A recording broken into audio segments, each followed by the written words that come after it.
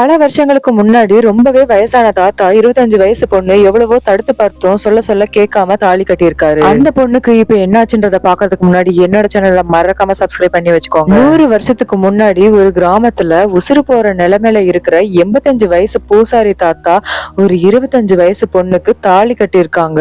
அன்னைக்கு ராத்திரி அந்த பொண்ணு எப்படியும் சாக போகுதுன்னு தெரிஞ்சுதான் ஊர் மக்களே இந்த கல்யாணத்தை வேடிக்கை பார்த்தும் இருக்காங்க. ஆனா அந்த பொண்ணுக்கு தாலி கட்டின மறுகணமே அந்த தாத்தா செத்து போயிட்டு இருக்காங்க. அன்னைக்கு நள்ளிரவுல ஒரு கொடூரமான பிரம்மாச்சிசன் அந்த பொண்ணை தூக்க வந்திருக்கு. ஏன்னா கல்யாணம் ஆகாத கன்னி பொண்ணுங்களை மட்டும்தான் அந்த அரக்கனால தொடவே முடியும்னு சொல்லப்படுது.